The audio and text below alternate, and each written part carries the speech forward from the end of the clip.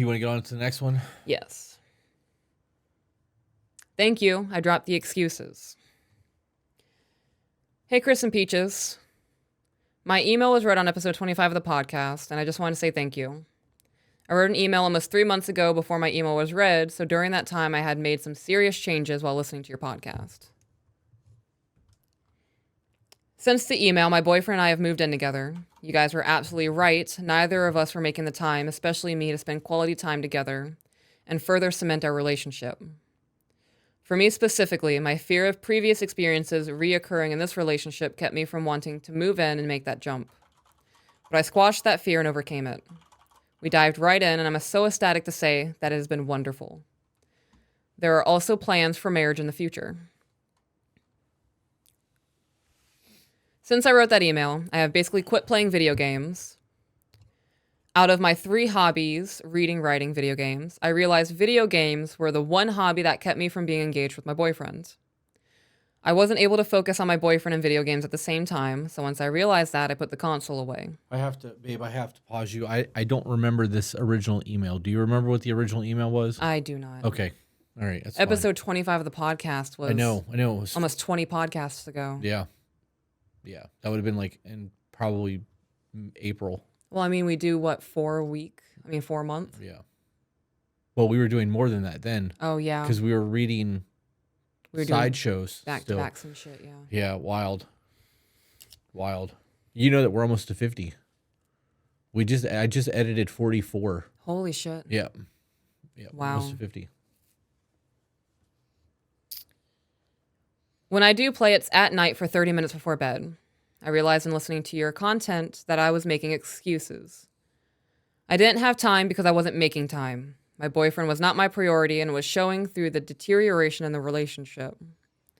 Once I realized this, I actively made it a point to leave my phone in another room, be engaged in whatever it is we are doing, and changing my schedule to be more active in my relationship. I quit making excuses and living in a world of definites, as Chris phrased it in the episode. Hearing my email read aloud to me made me cringe, but in a good way.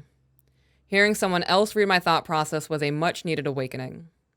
I am pleased to email you guys with a much different perspective on life and my relationship than I had 3 months ago. With your guys' help, I have changed my priorities and quit with I can't excuses. Growing my relationship with this man should have stayed a priority, but I let it slip and excused that negligence as being too busy. That's huge. That's a lot, yeah. That hearing my email read aloud and it made me cringe, but in a good way. I talked about this previously. I have just recently went through and deleted like 5,000 photos off my phone. Mm-hmm. And those photos date back decades.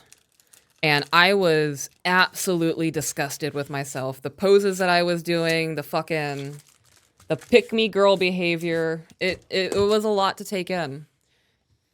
It's also a recognition of progress, though. So I get that cringing, but in a good way. Once I dropped the excuses, the fear and insecurities, our relationship has matured vastly. I frequently talk to him about what I have learned while listening to your podcast, and we have discussions about it, and those discussions have helped us find better ways to communicate and strengthen our intimacy. I can go on about how much our relationship has improved, but suffice to say, it feels like we are a new couple. I am just on cloud 9, crazy how once you drop the bullshit attitude and excuses, how much better things are. I know I still have a lot of work to do on myself, but I'm really excited to go on this journey with my boyfriend on my side. At my side. Thank you again, and keep up the good work. Is this, so I see another person in the Zoom meeting. Is this the emailer and the... I believe so. Yes. I would like, so we're done with the email? Yeah, that was the end of it. I would like to have a conversation with this person. Are you able to talk?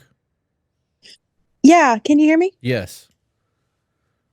I want to know how hard it was for you to... Okay, first I need to know how hard it was for you to hear our email and actually take it in, because you said it was cringed. Was it like a difficult thing to hear and digest? It really was, mostly because there was, I think, a good 3 months in between me writing that email and then hearing you guys read it out loud. So in the meantime, in those 3 months, I was trying to make some changes and really quit with the victim mentality that I had. And so listening to me from 3 months ago with that victim mentality I had, and I didn't realize I had it. It was really hard to hear, but uh, eye opening for sure. So once you started making changes to your life, what was the first things that you implemented to start changing your view on everything? Because this is not an easy thing. Like 3 months is not a long time. It feels like it can be. Like, I mean, 3 months ago is probably about the time that we read your email, but like it's one of those things that you don't realize how much can change in 3 months if you're applying yourself. So what was Yeah. the first thing that you started changing? And how did you establish new patterns of behavior to get past the nonsense that you were doing before? So one of the first changes I made was I don't know if you guys remember, this has been so long. But we lived less than 10 minutes away from each other, and we're seeing each other maybe once or twice during the week and 2 days for the weekend. And I just was making excuses for why I couldn't drive the 10 minutes because I was too tired or too busy, or I I remember just this. was Yeah. not Same. making him a priority. And once I started making the time and just changing my schedule to where I would have more energy to be able to be and hang out with him and be engaged, a lot of things just started changing really fast. Do you have any questions for her before I ask the next one? Okay, so how did the making the time thing start to affect the relationship? Because you had your hobbies. Like I remember the email now. I Hmm. specifically remember actually saying like if reading is more important to you than your man, then you shouldn't have a man kind of shit. Yeah. So like you made the effort to make the time. What started changing in the relationship first? Did he recognize that you were around more? Like I need details. Give us the juicy details. We're invested. Yeah, so he definitely noticed. He And I guess because I was in my own little world, I was more complaining about things I didn't have in the relationship than seeing what he actually was doing. And he was working his ass off to be able to create a nice life for us to where we could move in together and have that space for each other. And I wasn't paying attention to it because I was too busy thinking about my own downtime. And so once he noticed that I was putting in more effort to be around and cook while I was there or just watch movies or anything for quality time, he really noticed that I was putting in the effort. And really shortly after that, we moved in together. Like it just happened so fast because the my mind shift was so quick. I love that. That's really dope. Yeah. I'm over here internally cheerleading like a motherfucker right now, but I'm trying to keep my cool, right? Like don't overdo it, guy. Like keep it calm. I fucking love that. I love that you guys had that connection so quickly and that he noticed it. That shows it's a choice. It is. It's a choice. Yep. Yep. That's Yeah, dope. it's been we moved in together in May, I believe. And or was it? Yeah, I think May. And since then, I mean, things have only gotten better. And um it's we just should have done it so much earlier. So I how don't know why I was waiting. how have things evolved since moving in? So we've talked about, the future and either us moving up north to where he's from. We we just got plans for the future, and I'm not sure what exactly that's going to entail. Whether we move or not, but we're really starting to settle down and build a life together. Did you guys write out expectations of who is going to do what and the way things are going to look for like household chores and responsibilities and things like that? Um, it was more of a discussion. Um, there's definitely chores that I do that he really doesn't want to do, and I am more than happy to do those chores. And he provides for us. He makes sure all the bills are taken care of. When I say us, I mean me and my son. He makes sure the bills are taken care of, and I keep up around the house. And he also helps with the cleaning too. It's very much 50-50. And it just feels like we're a team. That's awesome. Sounds like there's a lot of harmony there now. Yeah. Yeah, it's exactly what it It's so sounds like. peaceful. It's so peaceful, and it didn't used to be this peaceful, and I don't know what took me so long.